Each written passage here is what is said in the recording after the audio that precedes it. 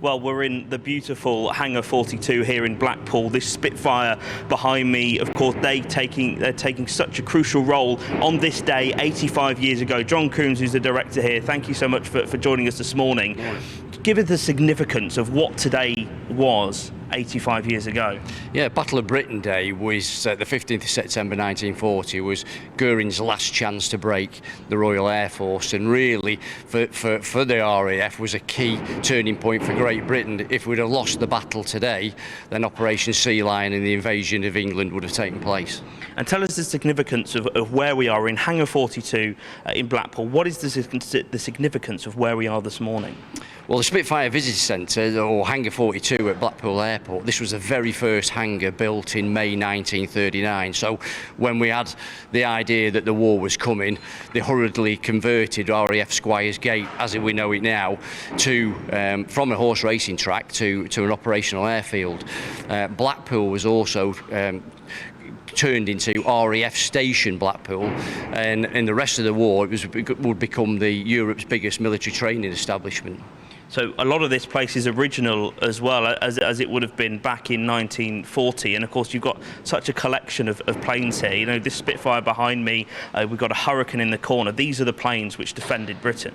They were, and certainly here at Blackpool we'd have had the Hawker Hurricane operating from here during the Battle of Britain, and the Bolton Paul Defiant, which is often not talked about at all. So in this very hangar, 256 Squadron, 308 Squadron and various ground training courses were taking place, certainly through the Battle of Britain and then the run up to the Blitz. And a new poll out today showing that 2/3 of people under 40 don't really even know what the Battle of Britain is. Is that concerning for you? I guess that stresses the importance of places like this existing for people to come and see. It is concerning, and one of the key reasons we're here is for education. Now we have a very good primary school education programme here, and a lot of the Blackpool and Fylde Coast schools do come here. But it is concerning because if we think about how the world is today, if we forget about the struggles of the past, then there's a generation sleepwalking into problems in the future. So I think what we try and do here is keep the building as original as it is, and the realities of fighting on the ground as well as in the air during the Battle of Britain and the whole of World War II as well. So we tell a range of stories here, and I think it is very, very important that these private museums like this are supported, because if we lose them, we lose them for good. You've caught me mid-flight. We're in the Hangar 42, and I have really got into the spirit. Of course, 85 years ago today, the war really started to turn in Britain's favour with Battle of Britain Day, as what we are commemorating today. And I've got dressed up as a pilot, sitting in an actual real-life Spitfire. This is not just a simulator. This is a real-life Spitfire that's been kitted out to do simulations here at the Spitfire Centre in Blackpool. John Puttock joins us now. You're the engineering lead here, and this is quite a fancy bit of kit, and really, I guess, you know, lets people experience what those pilots would have done 85 years ago today. Absolutely.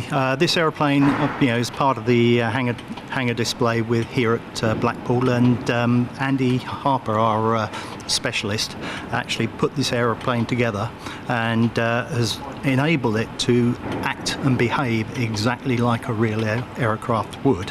And it's available to the public to come up and have a go and see if they can fly a Spitfire. And tell us about the significance of this aircraft 85 years ago today, the Battle of Britain. Things start to turn in Britain's favour. Absolutely. This is a Mark V Spitfire. Early days they were using the Mark II, and that aircraft had 8 Browning machine guns firing 303 bullets. This Mark V actually incorporated some 20mm Hispano cannons, and so gave the aircraft a lot more punch and enabled it to be more successful.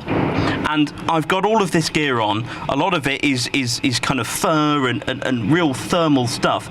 That's because the temperature up there at the height, at the altitude that they were flying, was absolutely freezing. Absolutely. I mean, the higher you go, then obviously the colder it gets. But if you're at around about 25,000 feet, you're going to be experiencing temperatures of between minus 25 and 30. There is no heating in the aircraft, so from that point of view, the only way you're going to stay warm is to dress for it. So, as the Queen once said, there's no such thing as the wrong weather, it's just the wrong clothing. You're sat there, you're movement would be restricted by the fact that you've got all this clothing on, but if you didn't have that on, you would soon freeze to death. So how incredible then were these pilots to not only obviously be wearing all this kit, it's a tight squeeze as it is, so to wearing all this kit, but then actually having to face the Luftwaffe, having to face those Messerschmitts flying over British skies. That was a real difficult job. Absolutely, when you consider the fact that most pilots were aged between 19 and 21, and very young men, but carried out their duties spectacularly. Had we not been successful in the Battle of Britain, then the world would be a totally different place today. And the polling out today showing that 2/3 of adults under 40 don't even sometimes know what the Battle of Britain is. But to come here, I guess, and experience something like this, it's all about education, whether it's an older generation, whether it's a younger generation. So much is about education. Absolutely. And as John, our leader, said earlier on, we do educational tours. We take a lot of school children in. I think we do around about 60 of the schools that are in the local location. Manchester, down further south, come here and they will learn about the Battle of Britain, and we aim at the hangar to keep those memories alive. All right, John, thank you so much for joining us. Just hearing there, amazing what these pilots had to go through, the kind of equipment and the gear that they had to operate and wear. It is quite incredible to think of the job and the task that they were faced with 85 years ago and how successful they were. But if you don't mind me, I've got to go back to defending the skies. And do you know what, Jack? I just, the thing that amazes me is the average age of those pilots. We're talking about 19 or 20 years of age. Well, quite, and that's you kind of think people leave school at that age now. At that age, 85 years ago, they were jumping into Spitfires, training in places here like Blackpool, ready to go and fight the Luftwaffe. And not only the skill that would require, but also the bravery to go up into the skies where they might not have ever been before and take on, and conduct those dogfights that are so famous in the Battle of Britain. Quite incredible to think that they were able to do that. Have you had a random call lately from a strange number, maybe trying to sell you something or even scam you? If so, your info could be out there. That's because of data brokers, shady companies that scrape the internet for your personal details and sell them to marketers or even scammers. These days, scammers can even use AI to mimic your friends' voices and trick you into sending money. It's not just annoying, data brokers often target vulnerable people with high interest loans or sketchy offers. But there is a solution. Incogni, the sponsor of this video. Incogni contacts data brokers on your behalf and requests your info be deleted from their databases. And because your data can keep popping up, Incogni keeps sending removal requests to make sure it stays gone. They've just launched a new unlimited plan with custom removals. If you find your info on a weird website, just send them the link and their privacy team will work to get it taken down. Getting started is easy. Hit the link in the description, create your account and let Incogni handle the rest. It's risk-free for 30 days and you'll get 60% off an annual plan with the code GBNews. Take back control of your data with Incogni. Well, we're here in the Spitfire Visitor Centre in Blackpool. This hangar was built in 1939. It's the only original hangar left here at the airfield. Behind me is a beautiful Hurricane. Of course, they were key to the Battle of Britain's success. I want to bring in Paul Lomax, who's one of the founding members. Paul, thanks so much for joining us this morning. Just tell us about the role that 85 years ago the Hurricane was playing in the Battle of Britain. Well, as you rightly said, the Battle of Britain was hard won and fought.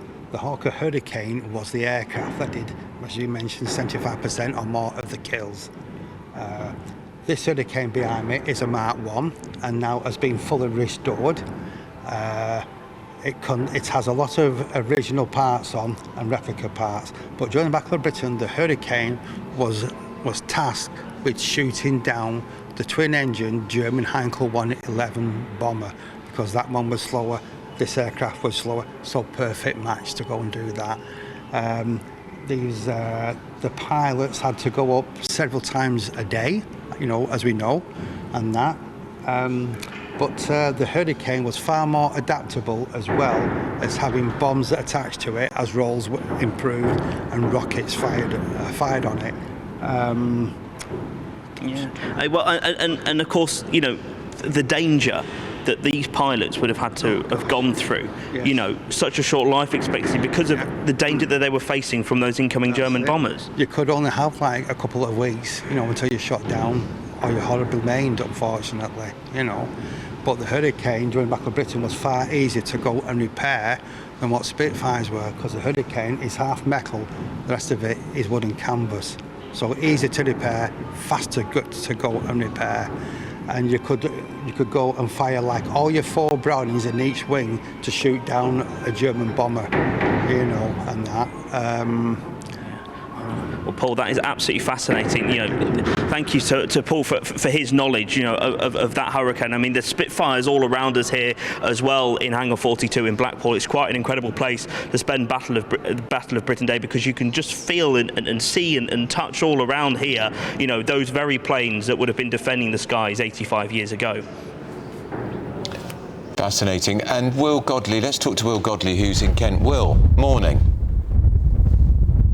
Well, morning, Andrew. It's very windy here. It's already scuppered some of our plans. We were due to have a fly past of historic aircraft like some of the ones Jack's with this morning, but that's been cancelled today because the wind is so strong. But there's still going to be a service taking place today at 11 o'clock and a 2 minutes silence held as well here, remembering the sacrifice made by the pilots, the gunmen and the other airmen who would have been flying in planes like these behind me, famously, of course, called the Few, after Winston Churchill made a speech 85 years ago where he said, "Never in the field of human conflict was so much owed by so many to so few." Well, they're who will be remembering today at this service. Also, Sir Keith Park, who has been branded a mastermind of the success of the Battle of Britain, one of the Air Chief Marshals looking after the airspace here where I am in Kent. He'll be honoured, and some of his family members will be here as well to pay respects to him. Well, I'm joined now by Dilip Sarkar, historian,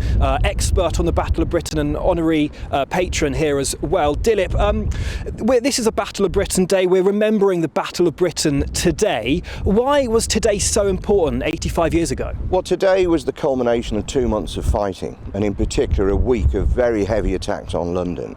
And the losses today really convinced Hitler that the invasion wasn't going to happen. So 2 days later he postponed it, and then on the 12th of October postponed it indefinitely. So today was really the day that flagged up the fact that the Luftwaffe would not prevail.